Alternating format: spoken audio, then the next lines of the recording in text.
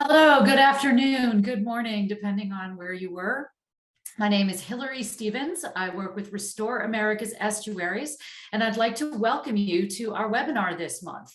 July is Habitat Month, which we celebrate in partnership with NOAA. This is an opportunity to get out and enjoy and celebrate your estuaries, your shorelines, all of the habitat that we so value and love, and all of the things that we are doing to protect and restore it. So I want to welcome you again for joining us today. We have a wonderful lineup of speakers to be talking about a new project in the Gulf region that will be focusing on oyster shell recycling and oyster reef restoration efforts. The panelists we have with us here today are Janine Harris from the Marine Habitat Resource Specialist with the NOAA Fisheries Office of Habitat Conservation. We have Haley Lieja, who is a Habitat Restoration Manager at our partner, the Galveston Bay Foundation, and Mike Byros, who is the Restoration Programs Director at the Coalition to Restore Coastal Louisiana. We're going to be hearing more details about this new project. So with that, let me get started. Just a few housekeeping points. We will be holding all questions until the end of the webinar. So if you have questions based on anything any of our presenters are talking about, I ask you to drop those questions into the Q&A box, which you will see linked at the bottom of your screen. And then after everyone has had their turn to speak, we will then take those questions and address them. Everyone is in mute, so this is to be done in a webinar style. And with that, let me go ahead and introduce Janine from NOAA, who will be talking about this project. Hi, Hillary. Thank you so much for the introduction. My name is Janine Harris, and as Hillary mentioned, I work for NOAA, and I work specifically in the Office of Habitat Conservation in NOAA Fisheries. And as the funder of the project we're going to be talking about today, I'm going to give you a little bit of an overview of some of the exciting funding opportunities that are available through our office and NOAA, with specifically the Bipartisan Infrastructure Law and Inflation Reduction Act funding. So that's my role today. I am a federal program officer and a marine habitat resource specialist within that habitat conservation office. Can you go to the next slide? Thanks. So I want to note, I mentioned the funding that I'm going to be talking about, but the Office of Habitat Conservation has been working for more than 30 years on partnering on habitat conservation along our coasts. So we have a long history of supporting partners in their habitat conservation efforts, and that is through funding opportunities from discretionary funds and also our expert technical assistance. We have staff located all around the country in the places where you all are doing work to help to provide technical assistance through project development and implementation. So now we have this new unprecedented opportunity in front of us with a large amount of federal funds going into the work that we're all doing. And we can bring that technical experience to the projects and really hope we'll be able to make this greater impact for coastal communities and ecosystems. Okay, can you go to the next slide? An overview of the funding that is coming into our Office of Habitat Conservation right now. To give you an idea, we have approximately $891 million that were allocated over 5 years through the Bipartisan Infrastructure Law. And that was broken into two larger sums of money. $491 million focused on habitat restoration and resilience, and that's where this particular project you'll be hearing about today was funded. And then $400 million focused specifically on fish passage projects, with a call out for up to 15% to tribal fish passage. So that's an overview of our Bipartisan Infrastructure Law funding. In addition, the Inflation Reduction Act added an additional $484 million to our program. So you can see we have a great amount of funding. This is all very transformational. We hear that word a lot with these opportunities. So we have this greater opportunity to make a difference. And in our Office of Fisheries, for our fisheries resources, for our endangered species, and the coastal ecosystems and coastal communities as well. So it's a really exciting time for all of us. If you can go to the next slide. I can give you an idea of what we did with our first round, which was all run last year. And again, where this opportunity you're going to hear about, or this project you'll hear about, was funded. We held 4 different competitions, 2 fish passage. One was fish passage nationally, and one was specific to federally recognized tribes, a tribal fish passage competition. And then we held 2 competitions under that resilience and habitat restoration category. The transformational projects with there was a larger request amount available on that.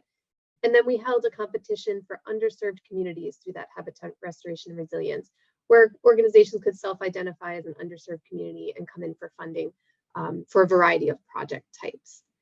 We received many applications, and the ask was for over 1.7 billion just to our office for these opportunities. So even while this sum is really great, we're still seeing higher demand than we can all meet. So it's just something for us all to acknowledge. There's a great need for this work. Next slide.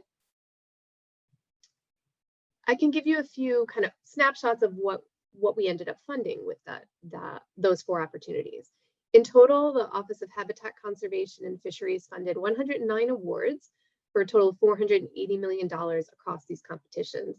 You can see the different colors refer to each of the competitions with the legend on the lower right, with the Fish Passage and Tribal Fish Passage in green and blue. Those projects are mostly in the northern areas, Northwest and Southwest, and Northeast and Great Lakes.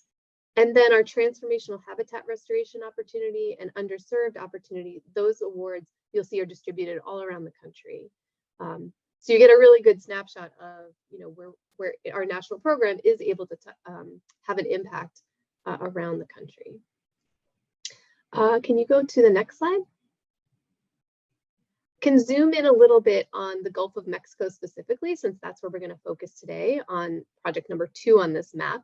But you get an idea that our underserved communities funding and our transformational habitat restoration funding is distributed in these 13 projects along the Gulf. And some of them are multi-site, multi-state. So we see that projects were coordinated like this one you're going to hear about today across many different states, if not all the states of the Gulf. And some projects, are very localized, focused on one location. So we saw kind of a range of different project types. I also want to point out that some of our projects are on the ground implementation, but this year, one of the things we were able to do with this opportunity was really focus on capacity building. We've been hearing that need from the applicant community. So we were able to focus on that specifically in our tribal fish passage and our underserved communities opportunity to really have that opportunity for smaller awards or awards to really get at advancing this work through capacity building and staff to learn and engage on these topics. Okay, next slide. And just a little bit more, just to give you a snapshot of the kinds of projects we funded. You can see we're going to talk about oyster restoration today, and that was one of our project types that our office was able to fund. You'll also see we were able to fund living shorelines projects, and a majority of our projects are in this hydrologic restoration, which we can fund across the country. That applies to many different geographic locations. And fish passage, we have a large number of projects in both funding and award because we had that specific call out for fish passage funding. We also have coral restoration projects, and you'll see those capacity building projects I mentioned, where you'll see many awards. The dollar amount is smaller, but that's really getting at increasing the staff and capacity, like I mentioned, across the country to be prepared to apply for the future funding that's coming up and to continue to engage in these kinds of projects. We also saw that 50% of our applicants were new to NOAA Fisheries, so that was really encouraging for us to see. We're engaging with a new, more diverse community around the country that's looking at NOAA Fisheries for some of their funds. And we ended up awarding over 88 individual organizations or groups were awarded with our funding. So just some bits of information with that first year. Next slide. So now what's next? We are going to repeat these 4 competitions from our office. They will be coming out soon. This summer, you will see all 4 of these opportunities again. We've incorporated some lessons learned and comments and engagement with tribes and others to make some slight adjustments based on those comments. But overall, these competitions will generally be very similar to what you saw in round 1. You will see an additional tribal call out in our underserved and tribal resilience competition based on some funding that came from the Infrastructure Reduction Act. So that's one change, but otherwise they should look pretty similar. And I want to note that technical assistance I mentioned that we've had ongoing for years, that's been continuing all year to really get on the ground and engage and encourage these applications to continue to come into our program. Okay, next slide. I just want to leave you off with a couple of websites and reiterate that I was talking about the Office of Habitat Conservation. We're hosting Habitat, the Habitat Month, and the first link is our website where you can go and find out this information about our particular funding. But we're one part of NOAA, so if you want to understand more broadly other opportunities in NOAA for restoration, resilience, and other habitat funding, there are broad websites you can look at for the Bipartisan Infrastructure Law and also the Inflation Reduction Act. So I encourage you to kind of get an idea of all the funding that's out there, and you can see contacts for specific programs there as well. But we are really excited to engage on this Gulf Oyster Network project. So excited to hear from the other speakers, and I'll take questions later on. Thank you. All right, thank you so much, Janine, for kind of giving us some background and context for where this funding is coming from. And from there, we will switch to focusing on this particular project. As I said, this is a wonderful opportunity for some partners that we are working with throughout the Gulf region to focus on oyster shell recycling and oyster reef restoration with those shells. So next slide. The vision of this program is focused in a couple of different areas. Overall, we are looking to create a strong, diverse network of organizations with skills and expertise in oyster shell recycling and reef restoration, and to provide a learning network that can serve to expand this critical work. So by that, I mean, we are working with these organizations to develop and expand their oyster recycling and restoration efforts. We're also looking at an overarching effort to build a community of practice in the region that has a lot of expertise so that we can expand into new areas building on that expertise. So next slide.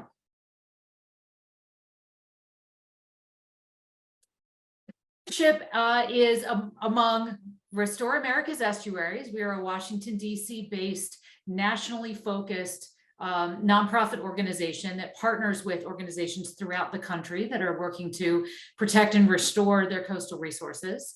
We're working with NOAA on this, and the 5 local implementation partners that we have are the Alabama Coastal Foundation, the Coalition to Restore Coastal Louisiana, Galveston Bay Foundation, Pensacola and Perdido Bay Estuary Program, and Tampa Bay Watch. And in addition, we're also working with an organization called Minorities in Aquaculture, that they are not directly implementing a program, but they are working with all of our partners to bring in their expertise in making sure that organizations and communities with minoritized identities really have what they need in terms of community engagement and those aspects of this project. So we really appreciate the expertise that they bring into this as well. Next slide, please. So as an overview of the program, it starts off with the core on the ground work, which is in oyster shell recycling and restoration. So we'll be hearing a bit more about that in a moment from a couple of our partners, but they are establishing partnerships with local restaurants that serve oysters to then collect those shells, to cure them, and then to use them to rebuild and restore the oyster reefs in the coastal areas in that region. We currently have 5 partners, and there are 9 reefs that are being restored under this program. And I should say, we'd like to highlight that more than half of the sites are in or around underserved and tribal communities.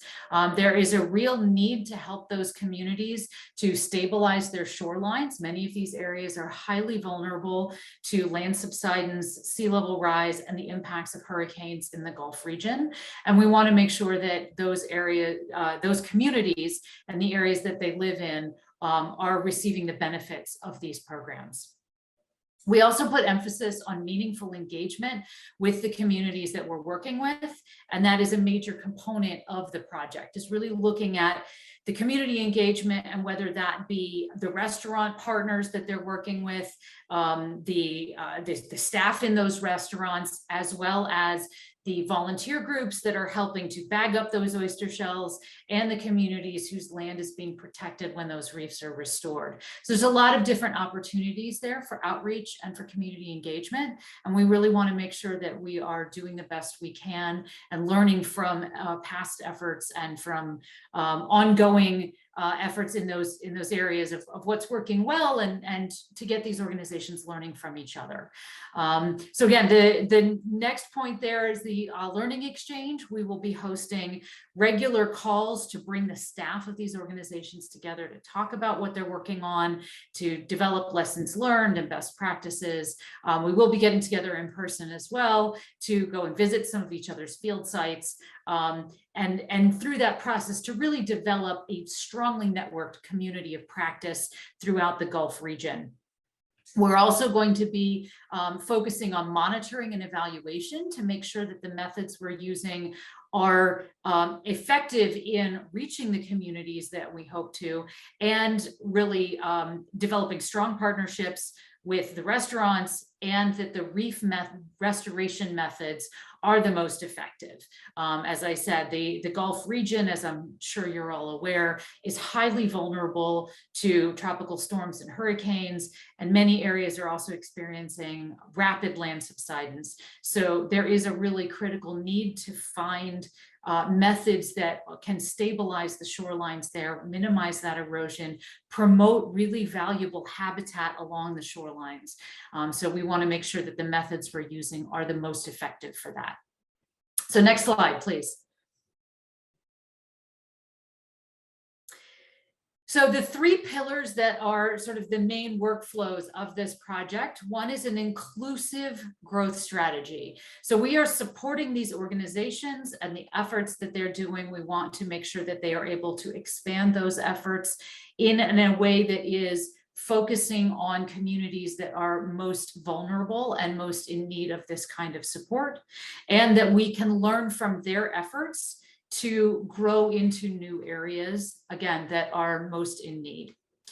Expanding current programs, a number of these organizations have been working in this space for quite a while now and have had some success, and we want to help them expand that. And then to foster the regional knowledge exchange. The Gulf region is really a great opportunity to bring folks from around the Gulf together to learn from what's working, because in so many of these areas, they have similar habitats, similar vulnerabilities. And so there really is a great opportunity there to support each other through this process. So with that, next slide. I would be remiss if I didn't pause here to extend our gratitude to the good folks in Congress who have supported this project. We couldn't have gotten where we are without them. Thank you so much, and we look forward to continuing to work with your offices in recognition of the importance of the work that we're doing here. So thank you. And with that, I am going to invite our next speaker, who will be Haley Lieja, to come up and speak about the work that she has been doing in Galveston and where they anticipate taking it with this program. So Haley, go right ahead. Thank you, Hillary. Yeah, she said, I'm Haley Lieja with the Galveston Bay Foundation. I'm our Director of Operations, although I have been overseeing our oyster shell recycling program for the past 8 years. And very proud of my colleague who I've handed it off to, and you'll see the amazing work she's done to expand it most recently. So before I dive into shell recycling, just a quick background on who we are and what we do. The Galveston Bay Foundation, we are a local conservation nonprofit based in the Houston-Galveston region. And our mission is to preserve and restore the Galveston Bay Estuary, not only for the ecological benefits, but also to benefit the surrounding communities. And we really pride ourselves in partnerships with every sector within that community. Next slide, please. And so just to give you an idea of where we are in the world, I always like to start with a map because our name, Galveston Bay Foundation, is a bit misleading. A lot of folks believe we just work on Galveston Island, but in fact, we work around the entire 660 square miles of the Galveston Bay Estuary, as well as on land in the surrounding 4 counties. And so within this estuary, we're focused on education. We work with students, K through 12, both in the classroom and getting them out into the field. Of course, our habitat restoration efforts, both terrestrial and aquatic. We also work on water quality, quantity issues, and we're an accredited land trust. So we preserve and manage over 14,000, actually, I'm pretty sure it's close to 15,000 acres of property now. We also touch on advocacy now and then when there are important issues in our region. Next slide, please. So our oyster shell recycling program kind of culminated as a result of multiple events in our area. There was Hurricane Ike in 2008 that demolished about 60% of our oyster habitat, mainly from sedimentation. That was followed by a drought. And since we faced even more issues in our region from freshwater inflows. But really, that was Hurricane Ike that prompted us to start an oyster shell recycling program back in 2011. Can't believe it's been over a decade now. But at that time, we actually had a restaurant partner approach us to get this going. And so with that one partner, we launched the program. And after we secured some additional funding, big thank you to NOAA. Their coastal program's been one of our primary funders since 2013. We were able to do a smaller expansion for about 5 years from 2013 to 2018 that resulted in us securing 7 restaurant partners. And during that time, we really streamlined our operations, how we worked with the restaurants, getting a steady schedule, getting the right staff in place. And throughout those years, we were just operating with that truck and trailer unit you see in the top right-hand corner with the rolling bins. But more recently, we were very fortunate to secure some additional corporate funding that allowed us to purchase this one-of-a-kind dump truck that you see pictured in the top left-hand corner. And that facilitated our expansion into the Metroplex of Houston. So next slide, please. And so you can see now that we have expanded to 3 different routes and over 37 partners. All those are restaurants except for one seafood safety lab down in Galveston. And so now what's happening is our staff actually operate the 2 routes that you see further north, so the one in blue and the one in green. And we have a separate partner down on the island who's conducting shell collections there for us. So just in the last 2 years, we've dramatically expanded our operations. That dump truck allowed us to get into downtown Houston. We did not want to risk our staff going there with a truck and trailer because streets are so tight and parking so small at these restaurants, but that truck really facilitated it. Plus it reduced our staff's labor. So allowed us to collect more and quicker getting into that downtown area. It also allowed us to reach a whole new community and launch our Houston Oyster and Sea Fest, which we just had the 2nd annual festival and have to say it was quite a success. So excited to see where that takes us. We're hoping that will also provide some fundraising going forward. So next slide. So you can see here an overview of how our shell operations have waxed and waned over the years. 2017, 2018, that was a hit after Hurricane Harvey, and then of course the COVID years. But you can see there how things have really taken off since this recent expansion. We hit a record-breaking year in 2021 with the implementation of that new truck and route into Houston. And now we're averaging about 20 tons of shell a month. So we are anticipating going forward, we can collect at minimum 200 tons to 300 tons a year, which will facilitate more and larger projects using our shell in the bay. Next slide. And so to date, we've recycled over 1,600 tons, and about half of that has gone back to the bay. And like I mentioned, we're really aiming to do these larger scale projects like you see staged here, trying to make a bigger impact rather than just the shoreline protection that's been our primary focus of utilizing that shell. Next slide. So with this new NOAA BIL funding, we are hoping to evaluate our current expansion number 1. We develop a strategic plan every 3 years, and so it's time to reevaluate that as well. So this is beautiful timing. We're going to take a look at our current capacity, future thresholds, look at other programs, exactly what we're hoping to do with this grant, learning lessons from other organizations like us that have shell recycling operations, as well as continuing and finish up some of our ongoing research, particularly focused on sun curing that oyster shell, to help us identify some actual protocols that we can put in place for those operations. And then from there, our goal is by year 2 of this funding is to identify what our next steps are in this expansion process. Do we continue as is with these 3 routes? Do we have the funding? Are we ready to add on additional equipment, additional routes? Or are we at a point where we need to outsource these operations to a waste vendor? I believe CRCL does this along with some other programs around the nation. So it's an option. It just comes down to money, of course. And then we'll also be beginning engineering design for the actual projects that are going to utilize the shell in year 2. And then hopefully by year 3, implementing all of this. So going forward with a recycling expansion, and then of course the reef construction, returning that shell that we've collected back to the bay. So next slide. So the 2 projects we're aiming to complete with this funding are, one is a subtidal reef and the other is intertidal. So that subtidal reef is in Dickinson Bay. It's near a small community along Galveston Bay, kind of in the southern region.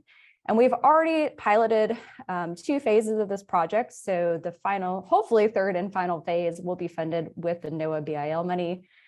We are conducting ongoing monitoring of this kind of demonstration project. Essentially what we're doing with this site is we're trying to identify whether the placement of loose shell in a mounded formation is a viable method.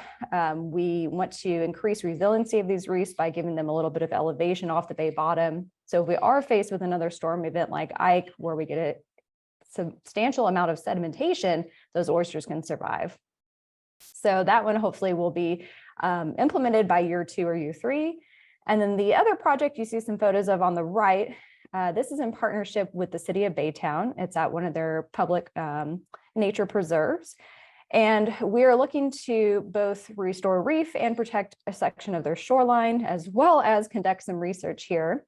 So the idea at this site is to install essentially what will become a low, wide breakwater, but we're hoping to hit the right elevation to also establish significant oyster habitat. So the idea is to place a bottom layer of rock, cap it with our shell along the major portion of that shoreline. And then we've set aside a small component to actually compare and contrast some different ways to contain loose shell for shoreline protection, utilizing alternatives to those traditional plastic mesh bags, such as biodegradable materials or the gabion baskets you see pictured below. All right, and I think the last slide, please. And yeah, so with that, I'll hand it over to Mike, but happy to answer any questions. My contact info is there if anyone would like to reach out and talk further. Thank you so much. Thanks, Haley. All right, Mike, you ready to talk about Louisiana? Yeah, thank you so much. Yeah, thank you, Hillary. Thank you, Janine. Thank you, Haley. This is a really exciting project, and we are very happy to be a part of it. So my name is Mike Byros. I'm the Restoration Programs Director at CRCL, the Coalition to Restore Coastal Louisiana. Next. CRCL has been around for 35 years. We're another NGO like the Galveston Bay Foundation. We are in Louisiana, we're dealing with some of the fastest rate of land loss in the world. And so we are a nonprofit that is focused on connecting people to this landscape and trying to restore it using a whole host of different methods, including oyster shell recycling. Next.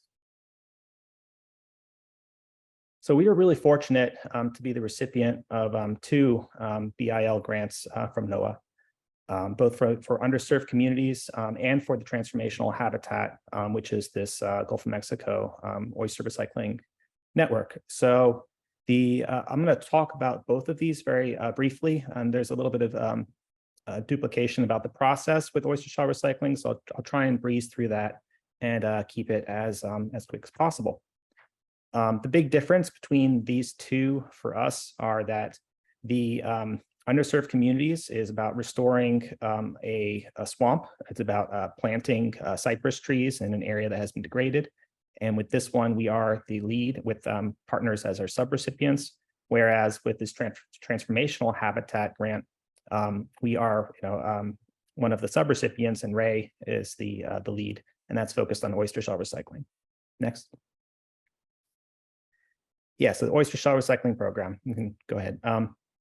Yeah, so our program is about diverting shells from landfills and connecting volunteers to the coast. By having restaurants engage with us as partners that complete the circular economy and feed back into the local landscape and local seafood industry. And there are multiple benefits of this type of project. Habitat creation, both the actual reef itself and the marsh that it protects behind the reef, wave attenuation, erosion mitigation. And we use our reefs in partnership with local indigenous tribes to protect sacred mounds that are at risk of eroding or that are eroding. And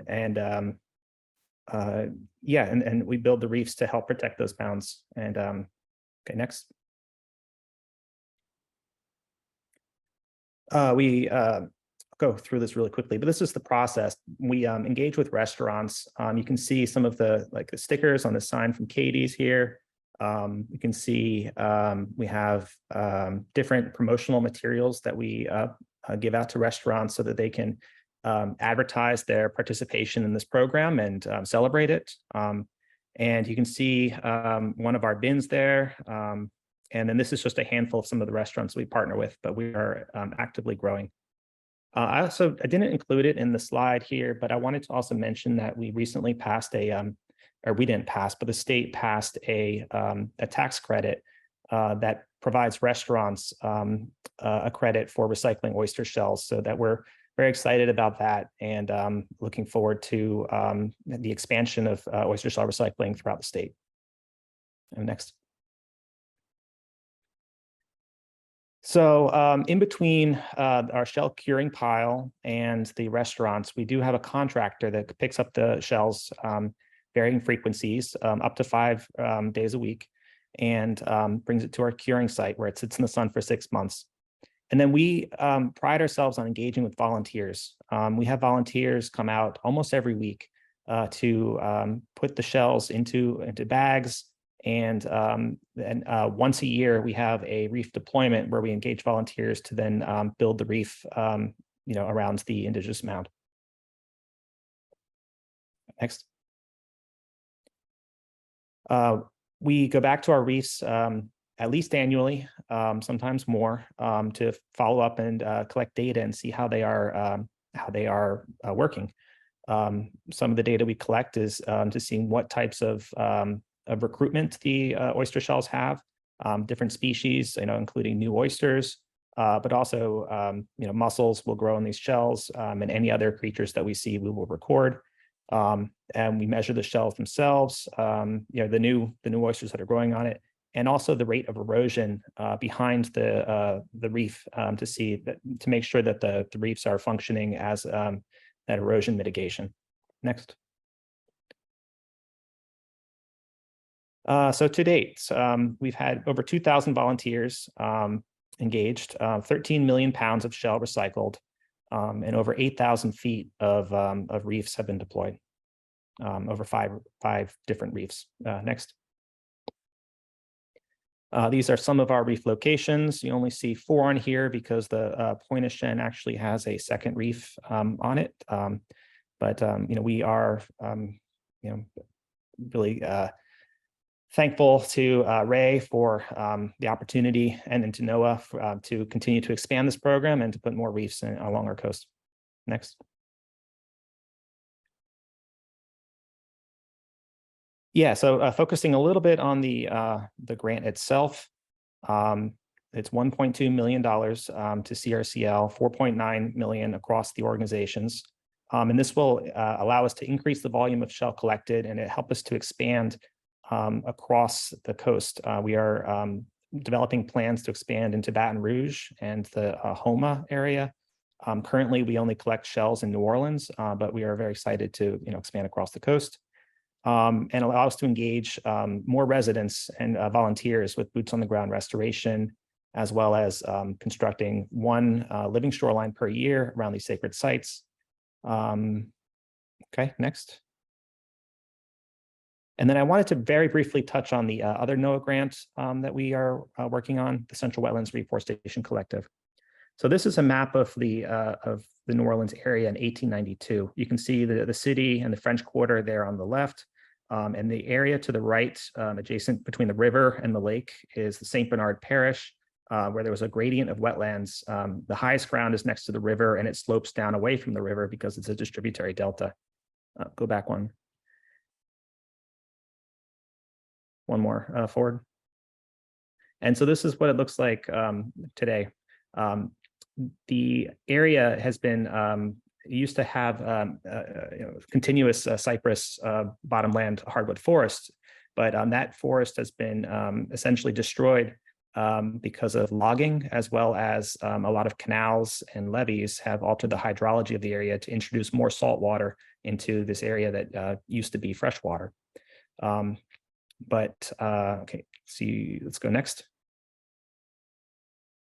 So these are some historical images. This is when the Mr. Go, the Mississippi River Gulf outlet, was first the groundbreaking ceremony. This was back in 1957, where it was celebrated to destroy these swamps and these types of habitat. You can see the ad in the paper celebrating the opening of that Gulf outlet. That's a straight line was, a good thing at the time. And the history of this landscape, it used to have a place where escaped slaves would establish maroon colonies in the swamps and kind of hide out, back in the 1800s. Since Mr. Go was established, it also created a funnel that allowed storm surge and salt water to enter into the city during Katrina.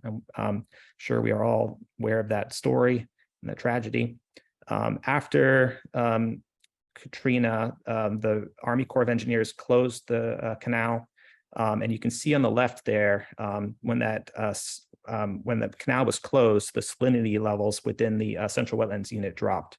So it's now come down to a level that is low enough that we can restore it with cypress. Next. Yeah, so there's the outline of the project area, the Central Wetlands Unit, and this is the underserved communities of the Lower Ninth Ward and then residents of St. Bernard Parish. Next. And we're also thankful for CPRA, the Coastal Protection and Restoration Authority, who have provided $400,000 in addition to NOAA's $715,000 for this project.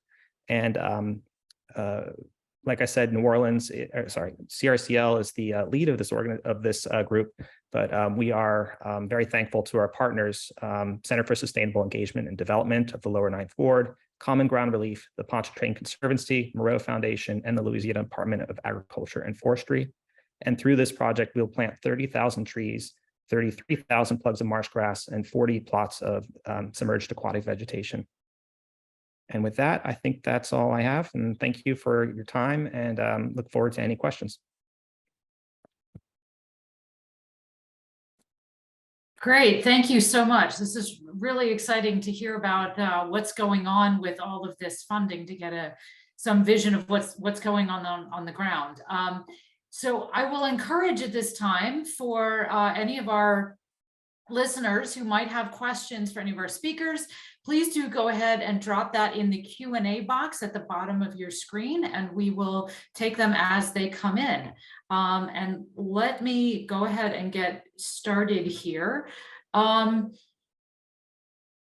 Janine, now that BIL and IRA funds are starting to hit the ground, are there any success stories you'd like to share, or projects other than the ones we've talked about here today that you're really excited about? Yeah, thanks, Hillary. I think some of the biggest successes we're seeing are similar to this project that you're discussing today, where because of this kind of the scale that many of these projects can come in on, that we're seeing collaboration across states, across agencies, or across divisions to bring projects together in a common theme. So I think that's something that's really exciting. Also to see some projects that are were able to receive their final push of even large dollar amounts of funding to get themselves over that hump to restoration or can even do all of the planning and design in with one amount of funding rather than having to pull from many different sources because of the extra funding that is going around right now. So those are some of the exciting things we're seeing, as well as this, engagement with our tribes and underserved communities, and really focusing in on the work that's needed to get to the restoration projects and that capacity building. I think we're really excited to see how that continues on those awards. And building on that, what role do you see that the private sector and non-government organizations can play in facilitating this kind of investment and in transformational projects like this?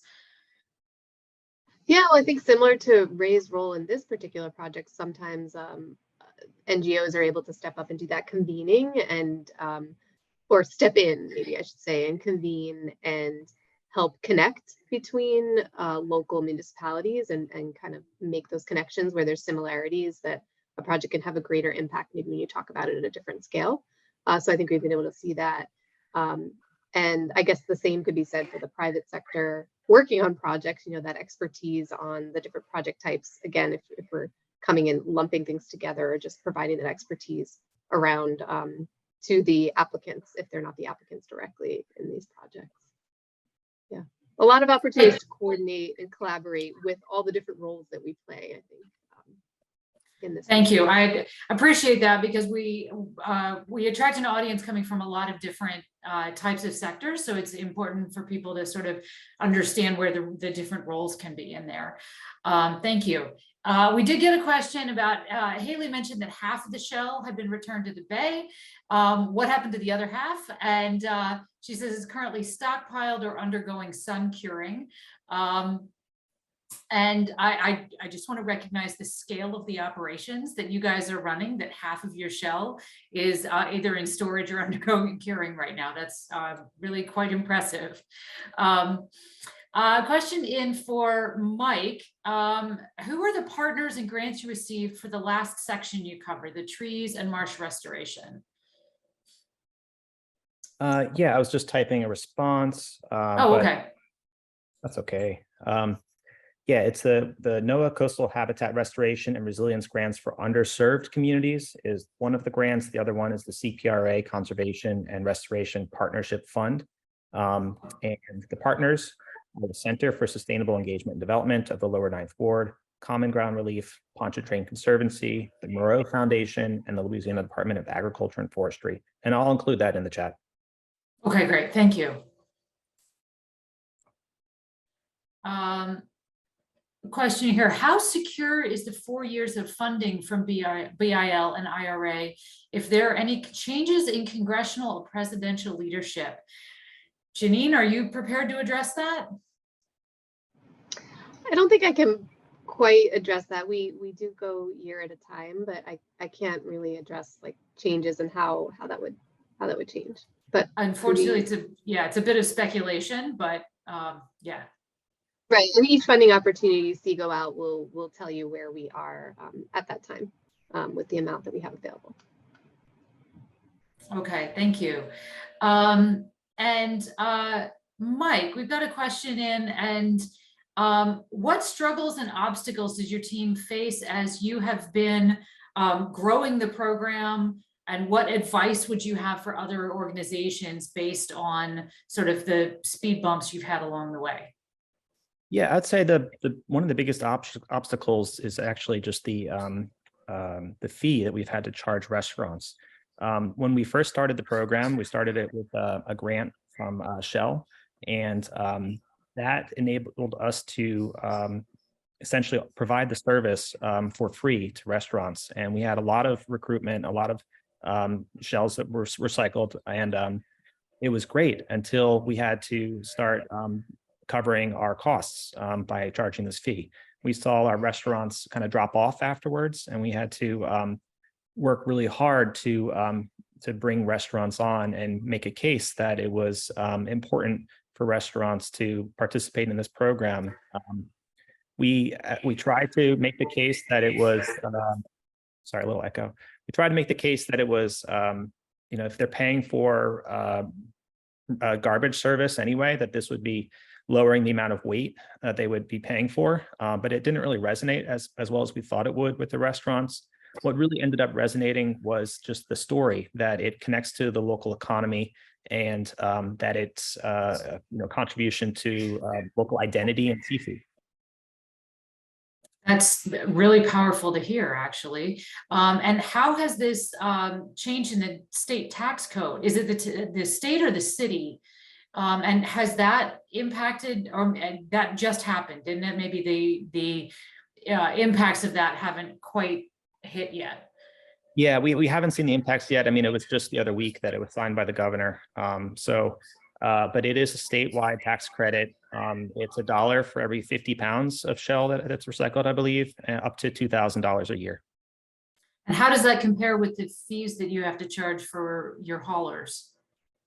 It would essentially even out. Okay. More or less. It depends on the restaurant and the frequency of collection and the volume, but more or less it would cover that.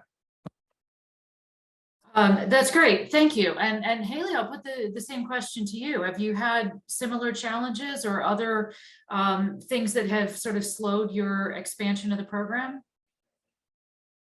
Yeah, for sure. And I can kind of echo what Mike said. The restaurants honestly did not seem to care about the waste hauling savings. We presented that information to them as well. Same with tax write-offs. It did not seem to be compelling. It usually comes down to having the owner, chef, manager, somebody in a leadership position really interested and engaged in understanding that economic benefit, environmental benefit, also giving the restaurant a nice kind of green appearance. So that's definitely appealing to them. I will say we did not expand for a long time because we were assessing, do we outsource? Can we keep this in-house? It is a serious operation and a lot of equipment to manage. And that's where we're at again. With this new truck and trailer and the dump truck, it's a lot, but I don't know. I think it's a fine line. There's something to be said about keeping it in-house and keeping tabs on what's happening. And now we're developing some really amazing partnerships with these new restaurants in Houston that has allowed us to launch this Oyster Festival and has been a great integration into that community we were not able to reach before. We honestly, most of Houston was not aware that this program existed, and they were only aware of the one on the South Coast. So it's really been a game changer, at least for public outreach and awareness. That's great. Thank you. And in terms of lessons for potential partner organizations, what methods have you found successful for engaging volunteers? As I understand, both GBF and CRCL work with volunteers when it comes to actually loading the shells and some of the deployment operations. So what types of groups or individual volunteers do you work with, and what's gone well with that? Or I guess what hasn't, if you have lessons learned. Haley, I'll start with you. We've seen it really beneficial to work with corporate groups who will do a financial match to their time. They use it honestly as a team building exercise. So that usually is beneficial for both parties. We've also had great success with scouts, particularly Eagle Scouts or Venture Scouts, and they take on a section of reef. And honestly, they're probably the most hardworking, best groups we've had. Oh, that's great to hear. Mike, where do you guys get your volunteers? Yeah, all over the place. It's really wonderful to see so many different groups come out. We've got school groups. I think the high schoolers do a really good job. They kind of make it a competition amongst each other to see who can bag the most shell. Sometimes you'll have competing high schools that have rivalries come out, and that's really fun. We're also looking to try and expand the types of volunteers opportunities that we have out there at the site, and make it something that is accessible to a lot of people, because it's very physical. Bagging shell, each bag could weigh between 30 and 50 pounds.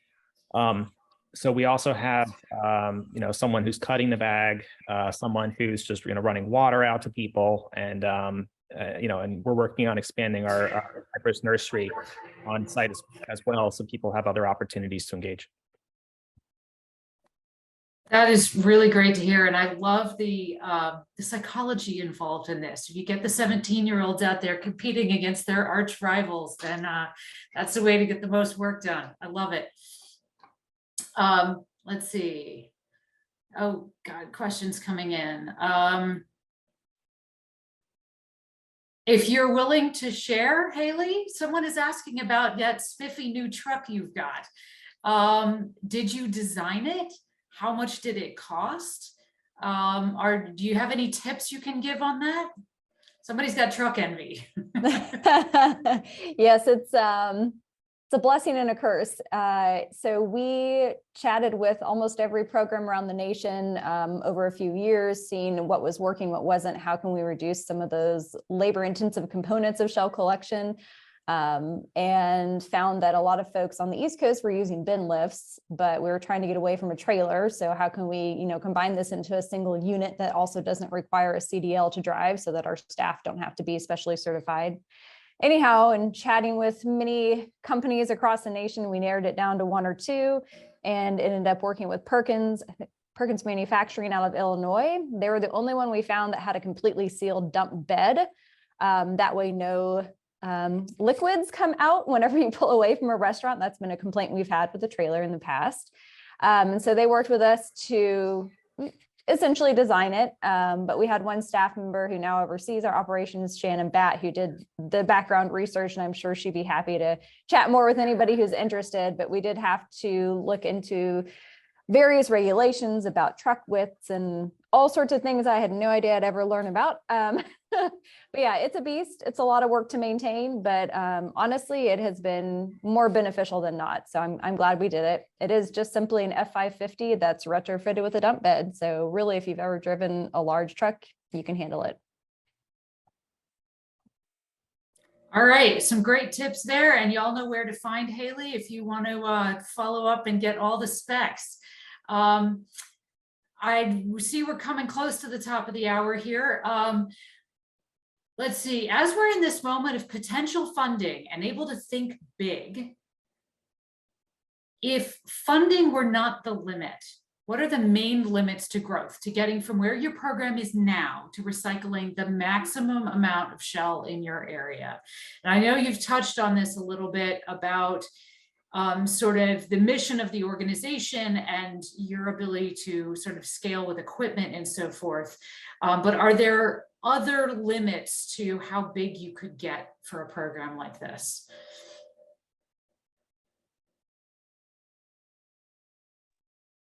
Sorry, was that directed to me first? Sure, go ahead. Okay. Yeah, limits to expansion, of course, funding, sustainability of the program and staffing. Yeah, like I said, we're looking at where is our threshold? When do we need to outsource? And I think for us in Texas, a big part of it's going to be getting our state agency on board. Texas Parks and Wildlife is the one who's implementing a lot of reef restoration, and we do work very close with them, and we're trying to identify best methods for using that shell. So that, in my mind, is the next big hurdle, is identifying how we use that shell. How do we work with the state to come together and really focus on that sustainable oyster population, both for harvest and for preservation purposes. So state partnership, I think, is my answer. That's a good one. Mike, anything to add?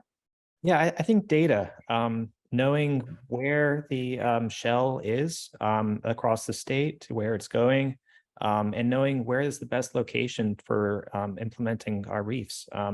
Right now, we work pretty in a pretty flexible and kind of just somewhat ad hoc manner with Indigenous partners, which has been great for at the scale that we're at. But as we scale up, I think it's important to make sure that the reefs that we implement are providing the greatest amount of benefit that they can. That's a very insightful answer. Thank you. One of the things that really strikes me is that this is, by its very nature, a very labor-intensive undertaking. Hauling waste from restaurants up to 5 times a week and needing the equipment that can handle that kind of abuse. This is just a really labor-intensive operation. So an organization that is outfitted to take that on is really what's needed. Another question here, you mentioned wanting to expand the community to practice. Any thoughts to expand to the Atlantic coast? How can we partner and learn from each other moving forward? I'm gonna actually take that one. I think it's kind of directed at Ray. We would be very happy to expand this to the Atlantic coast. Right now, we're focusing on building the community of practice in the Gulf, but we do also have lots of partners and working relationships on the East Coast. I know I was at a conference in Athens, Georgia, not long ago, and somebody came up and asked me and said, oh, we're trying to get this, up and running in Athens, and, can you help us? So there is absolutely demand. And I think one of our goals, Ray's goals from this, developing a community of practice, getting some guidelines, some best practices nailed down about how to develop an organization that can take on this type of a task. And all of the wisdom and experience that we've just heard here, and take that and bring it to the Atlantic coast. I know there's a lot of ideas kicking around in the back of my head. We don't have firm plans, but we know there is absolutely interest. And as we're getting towards the top of the hour, I want to direct my last question to you, Janine. What advice do you have for audience members that are interested in applying for or working with the federal government to further coastal restoration in their own communities? Sure. So I think from all these funding opportunity perspectives, I would say my advice is to reach out to us early, in the process. If there's a contact on an opportunity, or if you're not familiar with some of your colleagues, your federal colleagues, to reach out and get those contacts and kind of start conversations so that you can learn directly what might be a good opportunity for you, and maybe there's a better opportunity somewhere else that they can help guide you to, or to take advantage of that federal technical assistance that is around in our program and in other federal programs. So I know on our federal opportunities there's a name, so contact those people early. They can really kind of quickly help you through the process of these many opportunities that are out there, because we know there's a lot coming at you, but each of the names on those opportunities are an expert on that one. So reach out and talk to us, and we'll help guide you the best we can. Thank you so much. And I see there's a couple more questions about thoughts on expanding elsewhere. And I just want to let all those folks that are commenting to know, please stay in touch, keep involved in what we're doing, because we do hope to continue to expand these programs.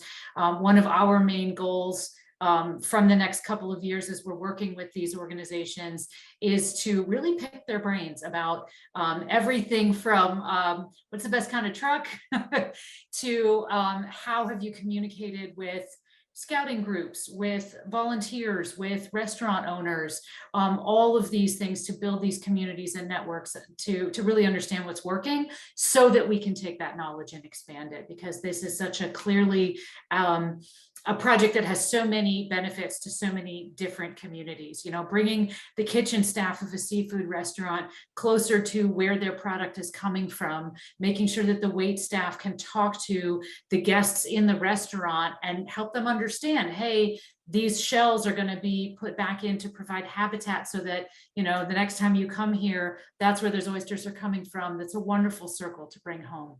So again, let me thank everyone who has been attending here today. We have recorded this webinar, and that recording will be available within about a week or so. You can just jump on YouTube and search for it, and you'll be able to find it. Let me again extend such a huge thank you to Janine and to NOAA for their support of this project, and to Mike and Haley for making yourselves available here today. It's very clear you guys are really busy, and it's been wonderful to have the opportunity to hear about what you're doing and to pick your brains about some of the details about these projects. So thank you so much to our speakers. Thank you to everyone that's been in attendance today. And please get outside and enjoy the rest of July, Habitat Month, and this wonderful summer that we're having. Thank you so much, everyone. Until next time. Thank you. Thank you.